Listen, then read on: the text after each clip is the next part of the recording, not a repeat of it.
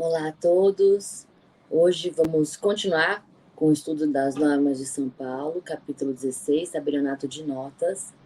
Eu só queria, antes da gente dar continuidade, dar uma dica para vocês, porque no nosso último encontro eu mencionei para vocês que o item 60.2 do capítulo que trata do tabelionato de notas, porque eu estou no capítulo 16, ele faculta a dispensa do tabelião de notas de exigir as certidões negativas de débitos emitidas pelo INSS, Secretaria da Fazenda Federal do Brasil, e a certidão conjunta negativa de débitos relativos aos tributos federais e a dívida ativa da União, emitida pela Secretaria da Receita Federal do Brasil e pela Procuradoria-Geral da Fazenda Nacional, por causa dos precedentes do Conselho Superior da Magistratura, que entendem que nenhuma outra exigência, né, mais ou menos seguindo o que diz a Lei 6.015/73, que nenhuma outra exigência poderia obstar o registro, senão o recolhimento do tributo devido com relação ao tributo de transmissão, né, o imposto de transmissão.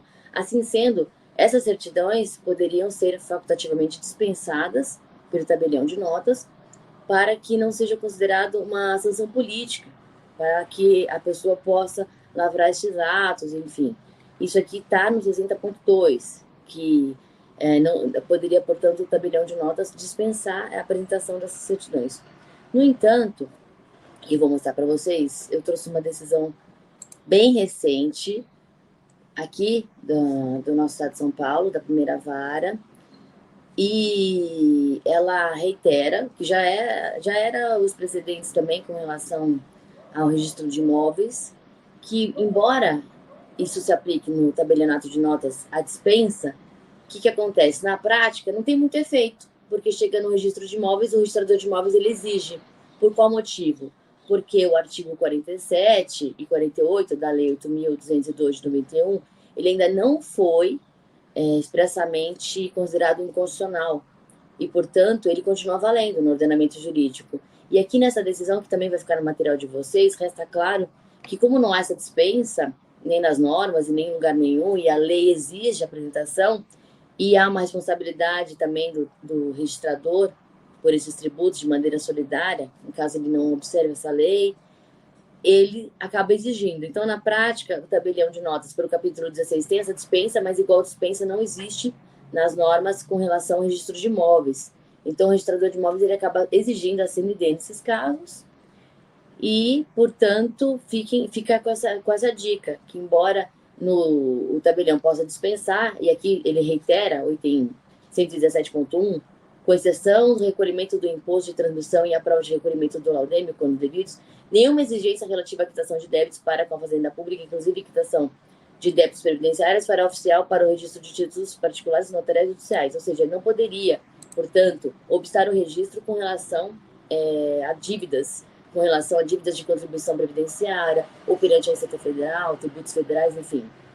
Mas, apesar desse item que reproduz o que está na Lei 6.015, na prática, como a Lei 8.312 ela continua valendo, o registrador de imóveis acaba obstando o registro e ela é exigida. Então, gravem isso, que embora tenha essa dispensa, essa faculdade de dispensa no tabelionato de notas, quando chega no registro de imóveis, como vigora o princípio da legalidade, não há essa dispensa nas normas, acaba sendo exigido porque a Lei 8.202 ela ainda está valendo, então tem que aguardar ela ser expressamente considerada inconstitucional para daí sim essa exigência ser tanto no tabelião quanto no registro de imóveis. Então, feita essa observação que eu queria deixar para vocês bem claro, para que não haja confusão quando vocês forem ler as normas, a gente vai continuar.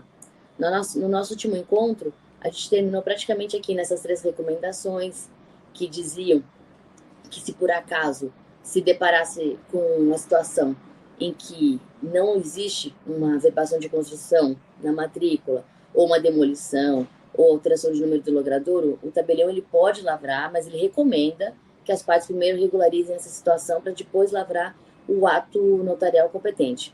Mas isso não obsta nenhum ato, ele poderia fazer. Então, são recomendações para preservar segurança jurídica, continuidade. Esses 61, 62, 63 são bem importantes, já caiu em prova, e eu recomendo que vocês fiquem atentos em relação a isso. Então, agora sim, continuando com as normas, que a gente parou bem nesse item, na subseção 2, quando fala dos imóveis rurais, o 62 dispõe: as escrituras relativas a imóveis rurais devem conter ainda, então, a respeito dos imóveis rurais, a apresentação e a menção aos dados do Certificado de Cadastro do Imóvel Rural, CCIR, emitido pelo Instituto Nacional de Colonização e Reforma Agrária, INCRA, e o número fornecido pela Receita Federal do Brasil, RFB, com a prova de quitação do Imposto sobre a Propriedade Territorial Rural e TR, correspondente aos últimos 5 anos. B. O inteiro teor da autorização emitida pelo INCRA para fins de desmembramento de imóvel rural, quando exigível, observadas as normas legais referentes à fração mínima de parcelamento, a FMP, e à reserva legal. O 67 dispõe que o tabelião de notas não poderá, sob pena de responsabilidade, lavrar escrituras de desmembramento de imóvel rural se a área a ser desmembrada e a área remanescente não forem iguais ou superiores à fração mínima de parcelamento, FMP, impressa no CCR correspondente. As normas aqui, elas estão adequadas à legislação federal, é o que dispõe a legislação federal a respeito do tema, então vocês podem se ater à lei federal. Esse 67 cai em prova, sabe? Já caiu em vários concursos, então pode cair de novo.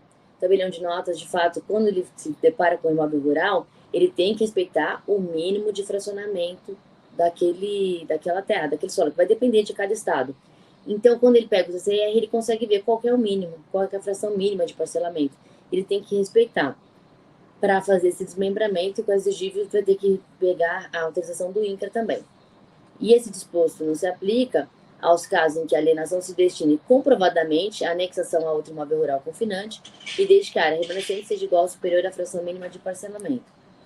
Ou seja, se for para tirar uma parte do imóvel confinante e anexar a outra e o remanescente for, pelo menos, respeitar o mínimo do fracionamento, isso também é possível e daí seria uma exceção à regra com relação ao desmembramento. Vocês fiquem ligados. E o 67.2, por sua vez, ele vai trazer que o desmembramento de imóvel nas situações previstas no artigo 2º do Decreto 62.504, de 8 de abril de 68, também não estão sujeitos à restrição. Esse decreto, ele traz algumas exceções à regra do fracionamento mínimo do solo, como, por exemplo, posto de combustível, hotéis, lojas, postos de saúde, enfim, restaurantes, aquelas questões que tem ali na estrada, né, aqueles comércios que a gente vê na estrada, e não vai respeitar o mínimo, pode fazer só para essas especificidades, por exemplo, para situações comerciais, utilidades públicas, comodidades. Então, aí é possível obter uma autorização para que não, dentro sendo imóvel rural, esse imóvel vai ter uma metragem inferior ao fracionamento mínimo, tá? Porque não é necessário ter tanta área para criação de um posto de gasolina, por exemplo. Então, nesse caso, são exceções, vocês fiquem ligados que isso também pode cair, tá bom? E, por fim, o 67.3, o tabelião de notas nas situações referidas no subitem anterior, deverá consignar no instrumento o inteiro teor da autorização emitida pelo INCRA a ser averbada à margem do registro do título no registro de imóveis. Então, essa aqui é uma obrigação do tabelião, verificar essa autorização, colocar ela na escritura, e essa autorização também vai ser averbada no registro de imóveis, tá bom? Então, com relação a essa parte, eu remeto à leitura, à legislação federal, até porque o nosso combinado aqui no curso é que eu só fale a respeito das diferenças, daquilo que é específico aqui do Estado de São Paulo, para vocês não perderem tempo também e ficarem mais ligados nisso, porque é o que mais tem chance de cair. Você sabe que em São Paulo eles gostam de perguntar muito a respeito das normas, a respeito das coisas que são específicas aqui do nosso estado, e por essa razão a gente vai destacar aquilo que é específico, aquilo que é característico daqui, de como que é feito aqui, tá bom? Na sequência, ele vai trazer as restrições estabelecidas pela Lei 5.709, de 71, e Decreto 74965, de 26 de novembro de 74, que nada mais é do que as restrições aplicáveis à aquisição de imóvel rural por estrangeiro. Para isso, como essa matéria também é mais afeta ao registro de imóveis, eu não quero entrar também na matéria do colega, e as normas praticamente reproduzem integralmente o que está na lei federal, eu vou remeter vocês a lerem essa lei, esse decreto, tá? E fiquem ligados também com relação às alterações promovidas pela Lei 13.986 de 2020, porque eles também adoram perguntar aquilo que é novo, aquilo que acabou de ser alterado. Então, como essas alterações foram recentes, 2020, isso ainda não foi objeto de prova de concurso no Estado de São Paulo, Eu ficaria ligada, eu daria uma atenção especial para verificar essas alterações, porque tem chance de cair. Aqui nas normas, como eu já comentei, não vai ter nenhuma alteração. Vocês têm que lembrar aquela conversa, que até 3 meses é livre aquisição, só se for em área considerada dispensável à segurança nacional, que é possível aquisição de 3 a 50 meses, que é o módulo de exploração indefinida, em área contínua, descontínua. Isso tudo vocês têm que verificar na lei federal, porque isso aqui vai copiar exatamente como está lá. Eu só vou destacar o 69.3, porque se vocês pegarem a lei federal, ela vai dizer que a aquisição do imóvel rural até 3, né, com área não superior a 3 módulos, ou seja, até 3 meses, módulos de exploração de área indefinida, seria livre. Aqui nas normas, ele fala que a aquisição de mais de imóvel rural com área não superior a 3 módulos por pessoa física estrangeira residente no país dependerá de autorização do INCRA apenas se a soma das áreas dos imóveis pertencentes ao estrangeiro exceder a 3 módulos. Então, na lei federal, ela não deixa claro se seria mais de uma aquisição. Ela só fala que até 3 meses é livre essa aquisição, salvo se for a área considerada dispensável à segurança nacional. Aqui nas normas, ele especifica que se não exceder a 3 módulos, ainda que seja a aquisição de mais de uma área, essa aquisição seria livre. Então, se cair e vocês ficarem na dúvida, é isso mesmo, é o que está aqui nas normas de serviço do Estado de São Paulo, tá bom? Lembrar que a decência da aquisição de imóvel rural por estrangeiro é escritura pública, seja pessoa física, seja pessoa jurídica, é sempre indispensável a escritura pública. E com relação ao item 70.1, ele é um pouquinho polêmico, e eu vou explicar rapidamente para vocês por quê. O item 70.1, se a gente for confrontar com o artigo 1º, parágrafo 1º da Lei 5.709, de 71, ele vai dizer o seguinte, a lei federal: fica sujeita ao regime estabelecido por esta lei a pessoa jurídica brasileira da qual participem a qualquer título pessoas estrangeiras físicas ou jurídicas que tenham a maioria do seu capital social e residam ou tenham sede exterior. Ou seja, não basta ser uma pessoa jurídica constituída sob as leis brasileiras.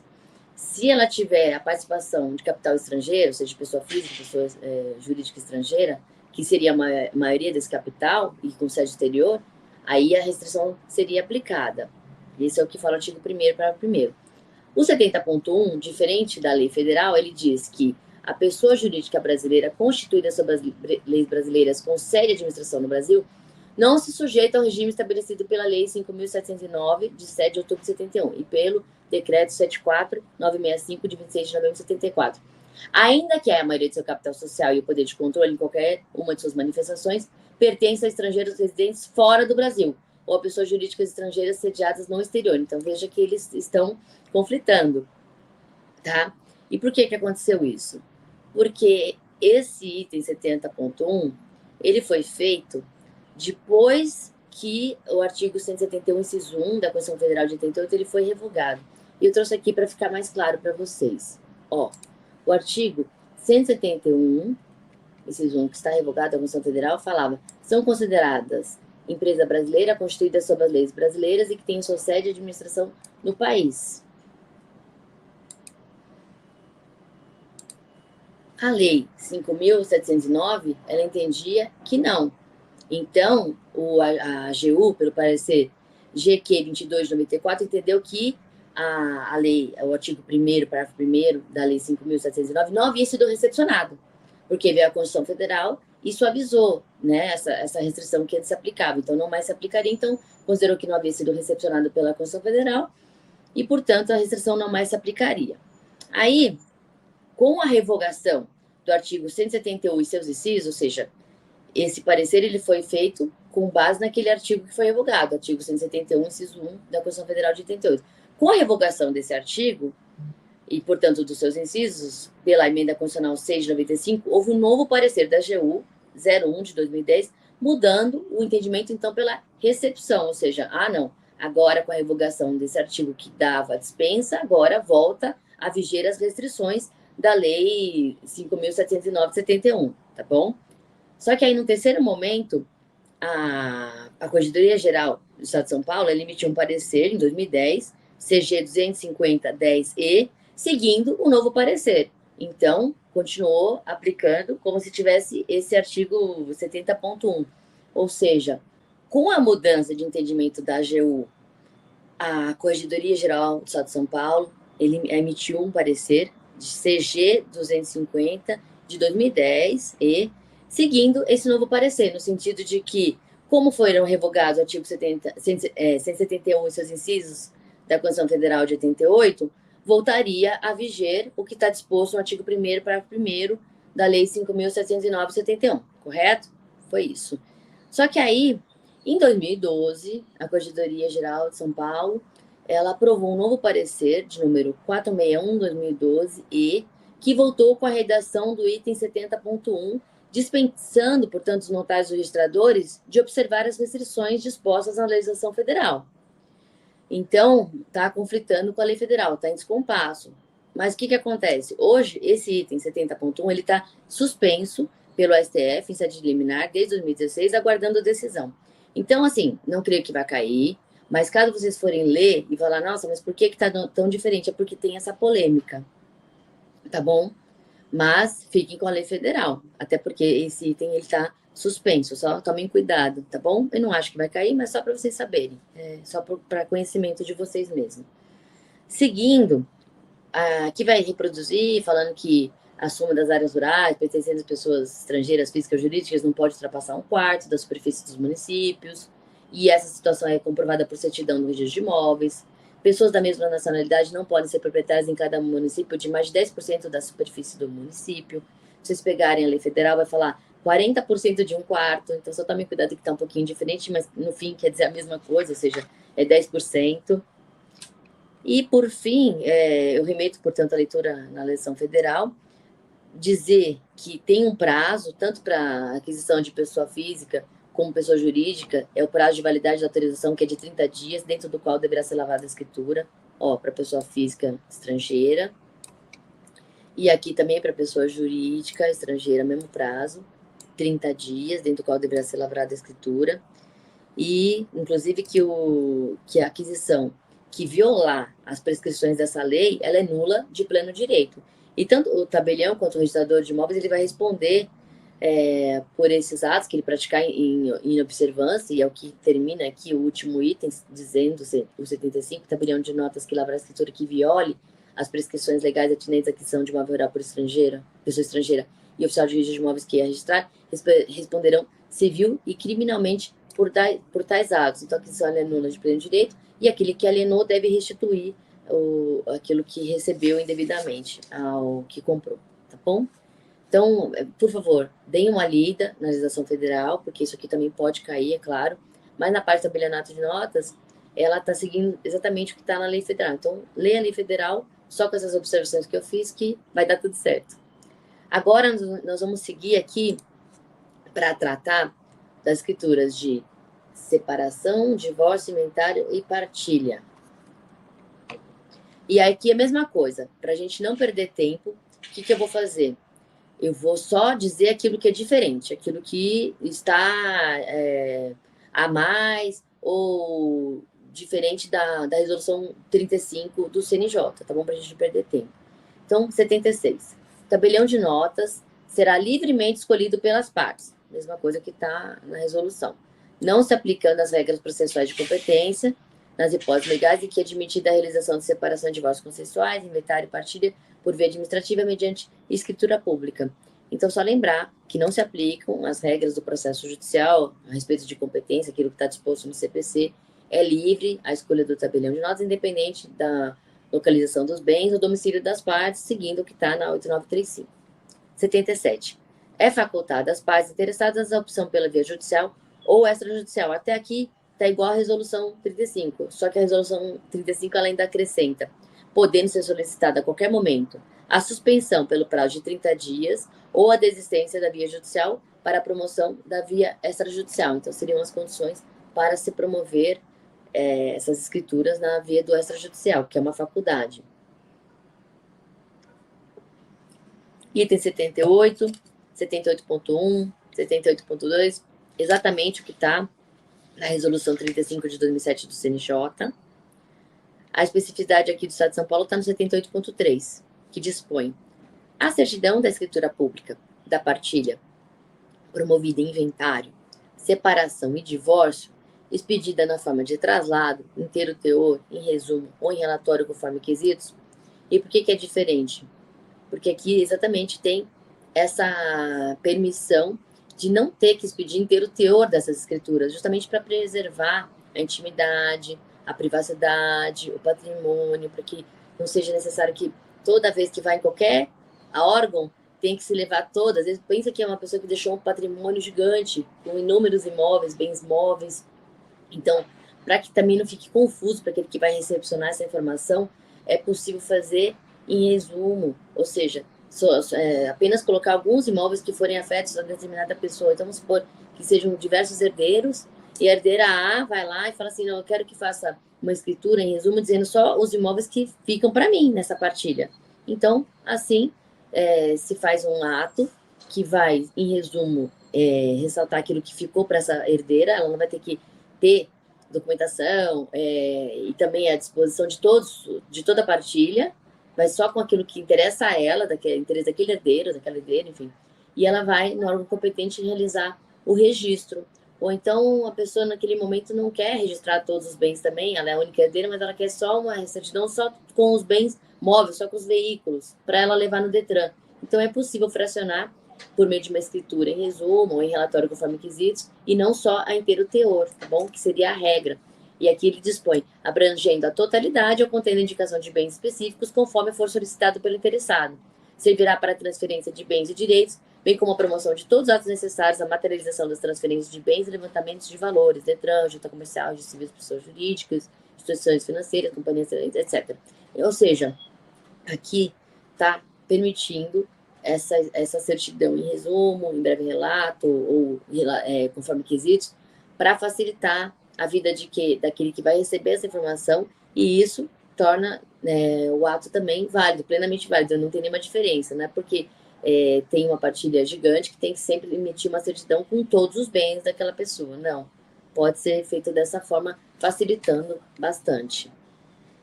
79, igual a resolução, não vou nem comentar. 79.1, também, mesma coisa. 79.2, aqui vai falar a respeito do cálculo e cobrança de emolumentos do Estado de São Paulo. 79.2, enquanto inexistir previsão específica dos novos atos notariais na tabela própria anexa à Lei Estadual 11.331, de 26 de novembro de 2002, lembrando que essa lei é muito importante, vocês têm que saber ela para a prova, sempre caem umas 2 questões a respeito dela, no mínimo. A definição do valor dos emolumentos dar-se-á por meio da classificação dos atos nas atuais categorias gerais da tabela, pelo critério escritura com valor declarado, quando houver partilha de bens, ou seja, sempre que houver a partilha, vai considerar o total do acervo, seja no divórcio, seja no inventário, aquilo que for de fato partilhado, considerando o valor total do acervo. E pelo critério escritura sem valor declarado, quando não houver partilha de bens.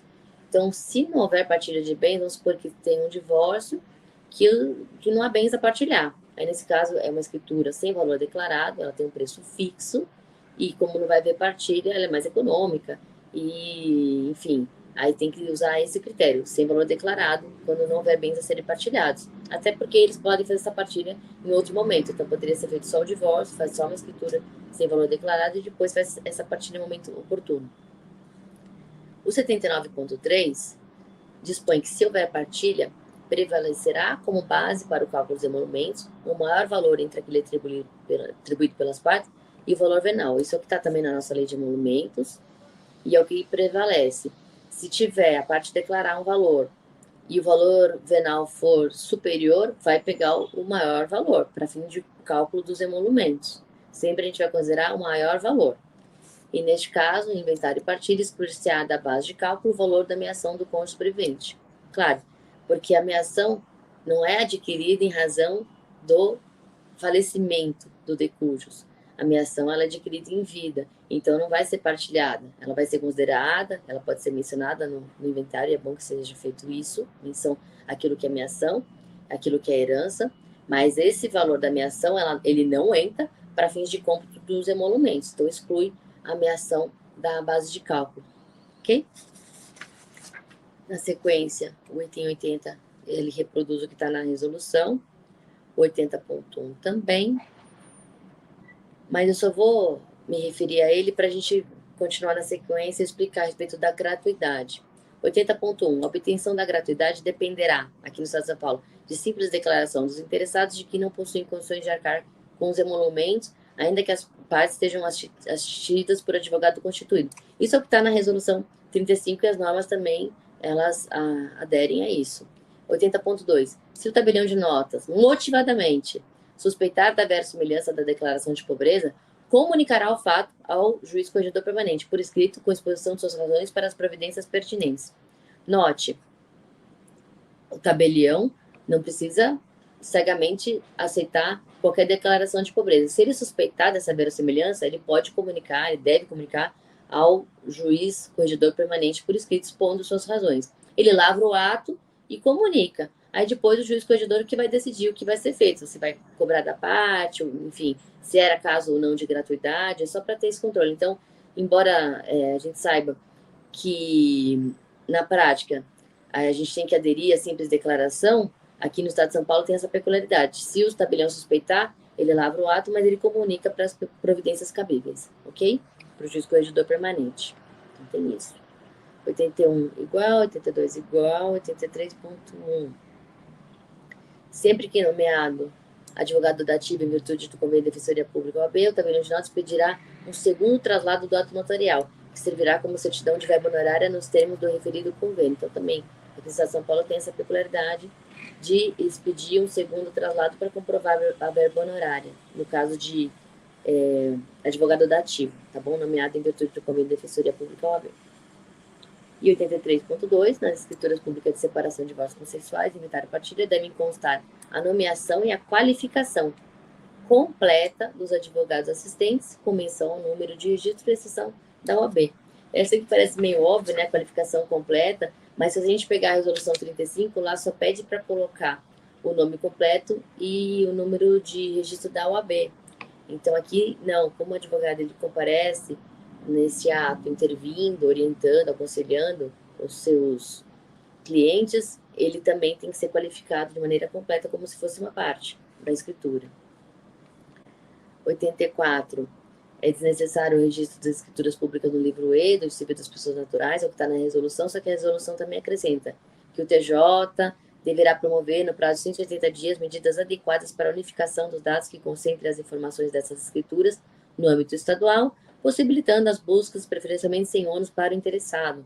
Aqui eu só queria fazer uma parte dizendo que nossa tabela de emolumentos aqui no Estado de São Paulo não prevê emolumentos para buscas, então é muito comum receber por e-mail ou verbalmente pedido de busca. Eu quero saber se minha mãe fez algum ato aqui nesse cartório, dá o CPF, ou meu pai, ou enfim, né, testamento não, mas se for atos em geral, procuração, compra e venda, doação, esses atos que não têm o sigilo, é possível fazer essas buscas e a nossa tabela não prevê nenhum custo para isso, então ela é gratuita. A gente só vai ganhar se for solicitada a certidão a respeito daquele ato. Só pela busca não tem nenhuma incidência de emolumentos. 85.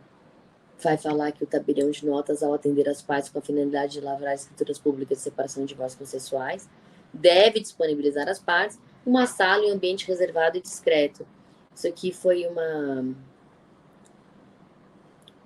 necessidade que surgiu das discussões de como atender essas pessoas. Então, aqui no Estado de São Paulo, é necessário uma sala ou um ambiente reservado e discreto para tratar desses assuntos afetos à separação e divórcio consensuais, até porque as pessoas ali estão fragilizadas, estão num momento difícil e vão expor um pouquinho da sua intimidade, da sua privacidade, a respeito dos seus bens. Então, é importante ter esse atendimento humanizado e num lugar tranquilo, para que a gente possa conversar, atender, ouvir o que eles têm a declarar e poder ajudar da melhor maneira possível. Então, isso está nas normas e tem que ter em todo o tabelionato de notas, essa sala ou esse ambiente reservado e discreto para atender as partes nesses casos, tá bom?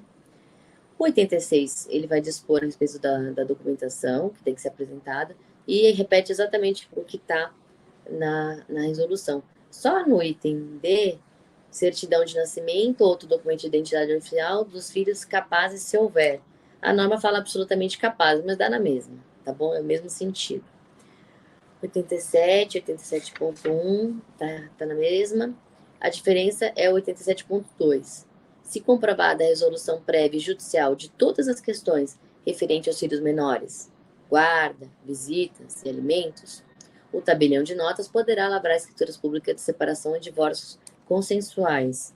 Então, note que aqui no estado de São Paulo, se houver filho menor, não pode lavrar separação nem divórcios consensuais. Só que se essas questões que referenciam ao filho menor, guarda, visita e alimentos, já tiverem sido deliberadas e resolvidas no âmbito do judiciário, aí o tabelião fica autorizado a lavrar essas escrituras. Só que, na prática, o que acontece? Se a pessoa já tem que ir no judiciário para resolver essas questões, ela já realiza o divórcio, a separação ali mesmo e pronto, vida que segue. Não vai primeiro resolver isso para depois vir no tabelião de notas fazer o divórcio. Não, na prática já faz tudo no judiciário. Então, é um item que permitiria a nossa atuação, mas que na prática a gente acaba não atuando porque já faz tudo no judiciário. 88 também reproduz o que está na resolução. 89. Vou chamar a atenção do 89.1 porque não está na resolução 35 e dispõe que a procuração lavrada no exterior, registrada no registro de títulos e documentos, acompanhada da respectiva tradução, caso não redigida na língua nacional, poderá ter prazo de validade de até 90 dias. A procuração comum, isso as normas seguem aquilo que está na resolução 35 do CNJ, validade de 30 dias. Então, em 30 dias, ela tem que ser utilizada para lavrar as escrituras de divórcio e separação. Agora, se for uma procuração lavrada no exterior, aí esse prazo ele é alargado para 90 dias, até para dar tempo, porque imagina, a procuração tem que vir do exterior, até chegar no Brasil, até ser traduzida, registrada em títulos e documentos, então ela tem um prazo maior de validade. Isso não está na resolução, mas é o que se aplica aqui no estado de São Paulo, 90 dias.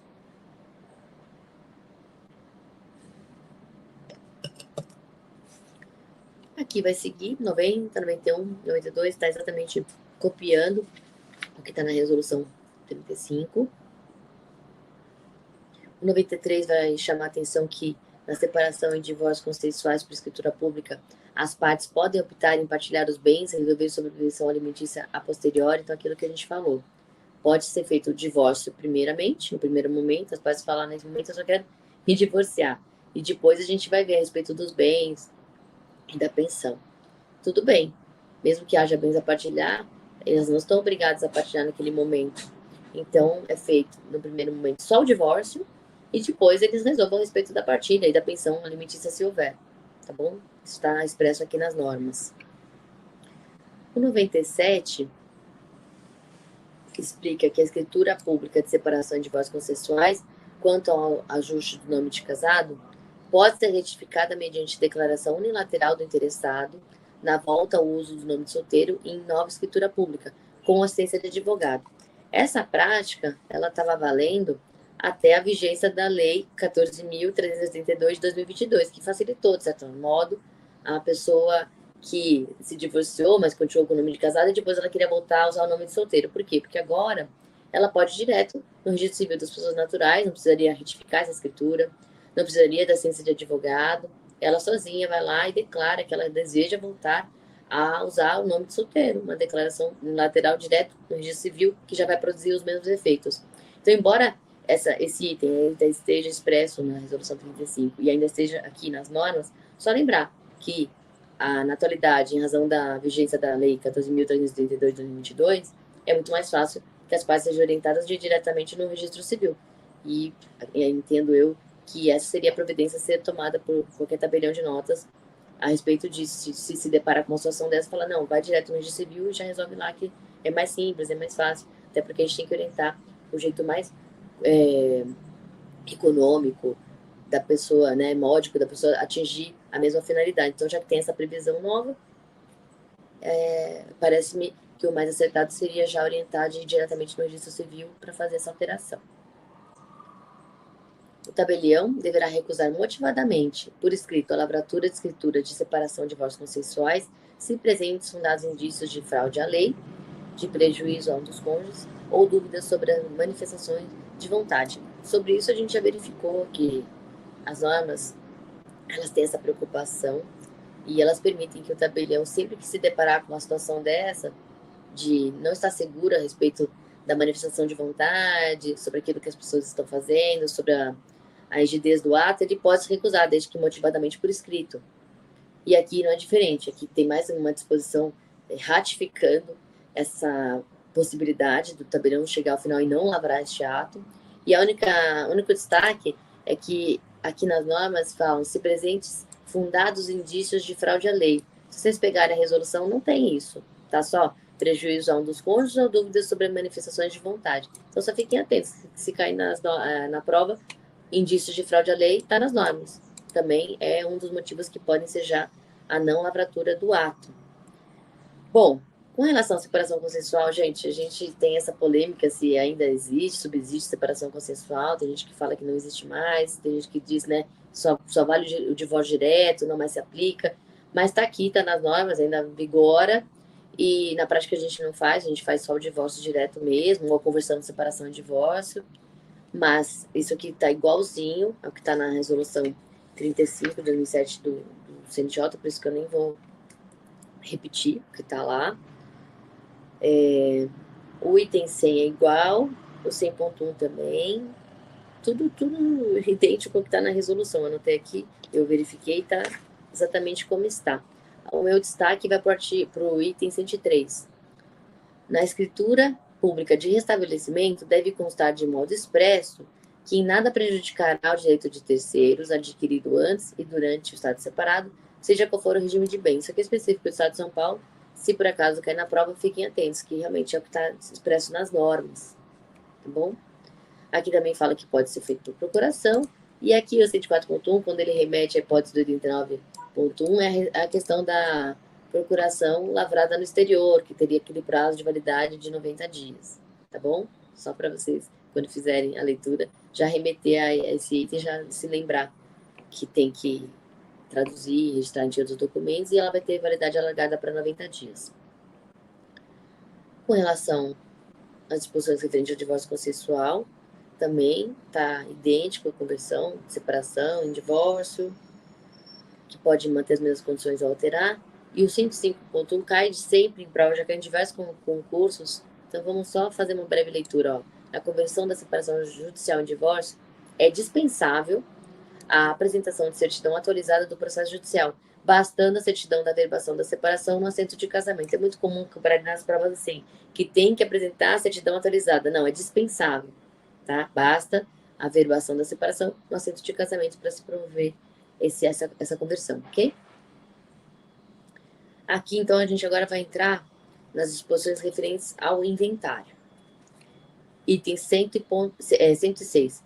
É obrigatória a nomeação de inventariante extrajudicial na escritura pública de inventário e partilha para representar o espólio com poderes de inventariante no cumprimento de obrigações ativas ou passivas pendentes, sem necessidade de seguir a ordem prevista no artigo 617 do Código de Processo Civil de 2015. Gente, o artigo 11 da Resolução 35, em vez de falar inventariante extrajudicial, fala interessado, mas na prática dá na mesma. Mas as normas ela é mais técnica, ela diz inventariante extrajudicial. Vai ser feita essa nomeação. E o que também não cansam de perguntar é que observada a ordem expressa no artigo 617. Não vai seguir. Pode ser qualquer dos herdeiros, pode ser o advogado, pode ser o terceiro, pode ser qualquer pessoa, tá? Vai ser nomeado inventariante neste ato para cumprir essas obrigações do espólio. 106.1. A nomeação de inventariante extrajudicial pode se dar por escritura pública autônoma, assinada por todos os herdeiros para cumprimento de obrigações de espólio e levantamento de valores. Poderá ainda inventariante nomeado reunir todos os documentos e recolher os tributos, viabilizando a lavratura da escritura de inventário. Você deve se recordar que o artigo 11 da resolução ele sofreu recente alteração pelos parágrafos 1º e 2º, em razão da resolução 452, de 22 de abril de 2022, então tem grandes chances de cair no concurso, até porque a alteração recente ainda não caiu. Lembrar que atualmente, portanto, pode ser feita uma escritura autônoma, não do inventário, mas de uma nomeação de inventariante. Para quê? Para que primeiro seja levantado os valores, reunidos os bens, documentos. Vamos supor que os herdeiros não tenham noção do acervo hereditário, não saibam quantos bens o de cujos deixou, onde deixou, enfim, ele vai ter que primeiro reunir essas informações para depois promover o inventário. Não dá para promover esse inventário desde logo. Então, se faz uma escritura autônoma, todos os herdeiros interessados vão assinar, vão concordar com essa nomeação, e essa pessoa vai ser instituída para justamente colher essas informações para, de um momento futuro, realizar esse inventário. 106.2. A nomeação de inventariante será considerado o termo inicial do procedimento de inventário extrajudicial. Vocês devem lembrar que o inventário ele tem um prazo. Ele tem que ser promovido em 60 dias, ou seja, até 2 meses do falecimento. 60 dias tem que ser promovido para que não haja incidência de multa. Pelo menos é assim aqui no estado de São Paulo. Acredito que na maioria dos estados também tem essa regra, até porque é o que está previsto, tanto no CPC quanto no Código Civil. Então, acredito que as normas reproduzem exatamente o que está na legislação federal. Aí, eles colocaram isso, que a nomeação de inventariante será considerado termo inicial, justamente para que não houvesse incidência de juros, multas, demais encargos em relação ao ITCMD. Só que na prática ainda não tem essa coligação com a Cefaz, aqui no estado de São Paulo, eles não aceitam o termo inicial ainda. Isso pode ser que mais para frente seja alterado. Então, o recolhimento do tributo tem que ser feito dentro de 60 dias, senão vai ter a multa, embora tenha essa nomeação de inventariante. Então, lembrar que a legislação, quer dizer, a resolução 35, ela diz que a nomeação de inventariante é o termo inicial do procedimento de inventário, considerando essa nomeação autônoma de inventariante ser um ato prévio, ou seja, anterior ao inventário, quando houver. 106.3. Para a lavratura da escritura de nomeação de inventariante, será obrigatória a apresentação dos documentos previstos no item 115 desse capítulo. A gente ainda não viu, mas basicamente toda a documentação necessária para a lavratura do inventário, com exceção da prova da propriedade dos bens, dos ativos, extratos de banco, ou seja, não vai ter todo o acervo hereditário com relação aos bens, mas todos os documentos necessários para a lavratura do inventário tem que compor, já tem que ser apresentados, ou seja, tem que provar a condição do decujus, a qualificação do decujus, dos herdeiros, a qualificação deles, que provar que eles são os filhos ali, que estão investidos naquela condição, ou seja, a depender do caso, se tem cônjuge, vai pegar toda essa documentação como se fosse fazer o inventário, só que a diferença é que não vai apresentar a relação de bens. É basicamente isso, porque isso vai ser partilhado e inventariado depois, inventariado e partilhado depois. Por essa razão, nesse primeiro momento, vai fazer a qualificação de todas as partes, a condição de herdeiros, e vai lavrar essa nomeação de inventariante com a concordância de todos.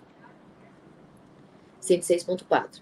Na pendência de inventário judicial, a opção pela via extrajudicial pode ser exercida mediante a apresentação do requerimento judicial protocolado de desistência ou suspensão do processo sucessório. Como a gente viu no começo, se for utilizada a via do extrajudicial, ou tem que pedir a suspensão do processo ou a desistência, para que se promova o inventário na via do extrajudicial, cumprindo o artigo 2º da Resolução 35. 106.5. Para a aplicação da legislação competente, no caso de inventário extrajudicial do falecido estrangeiro, artigo 10 da LINDB, quanto aos bens situados no Brasil, deve ser apresentado ao notário a certidão consular do teor e vigência da lei à época do óbito ou da própria certidão. Aqui, as normas estão tratando da lei mais favorável ao cônjuge ou aos filhos brasileiros, no caso de estrangeiro que faleça e tenha bens aqui no Brasil. Lógico, os tabeliães aqui no estado de São Paulo e no Brasil todo só podem lavrar atos a respeito de bens situados aqui no Brasil. Bens situados no exterior, não.